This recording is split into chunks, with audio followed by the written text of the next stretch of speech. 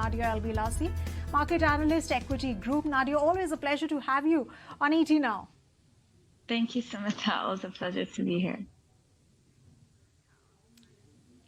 Right. So first things first, I want to understand, are the complexities that the Chinese economy facing right now really a time-ticking bomb of sorts, as President Joe Biden stated, falling exports, unemployment, deflation, and a debt supercycle? Explain to our viewers how bad things are in the country and what really comes next then. Right. So China is the second largest crude oil importer. And with the manufacturing sector, the services sector, like incredibly down and scoring really bad numbers below the 50, which is the set standard for countries that are not going through recession. So it really highlights that there's a huge problem in China, especially as one of the largest economies in the world. They're not distributing enough, they're not importing enough. There's been a slowdown and it's affecting other economies. It's all a domino effect. And the fact that we're seeing now stocks really surge on news that China will have additional stimulus means that China really has some a great power in moving markets, especially at times like these. So when markets now focus on China's recovery, which is really slow because of COVID-19, they had the restrictive policies that really stayed on for so long compared to other economies, and that's really affecting the economy in a really negative way.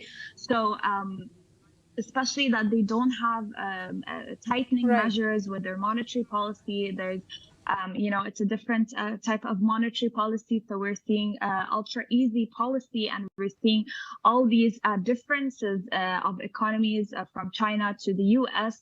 And that's why we're having a kind of a big setback right now.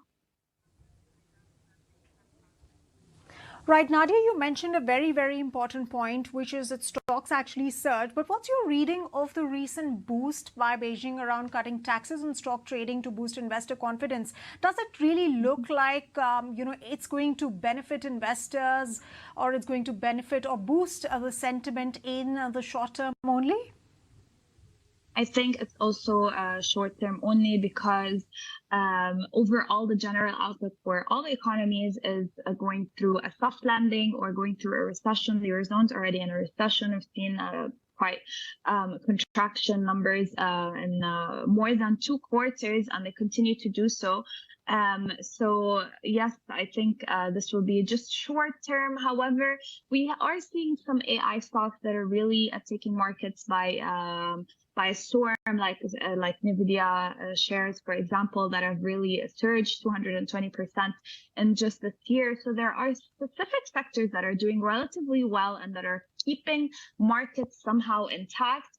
But I think the stimulus measures that China is offering right now, it will only basically give positive sentiment in the markets just for a short term, but they need to find an alternative solution than just keep giving stimulus and stimulus measures. We'll come to they're saying that what's going on in China, all the negative data that's coming out will, of course, have a negative bearing on not just India, but of course the rest of the economies, considering that China is, of course, a producer, and in fact, a lot of countries as well import from China as well. On that note, thank you very much, Nadia, once again for joining us this evening on ET Now. And moving on.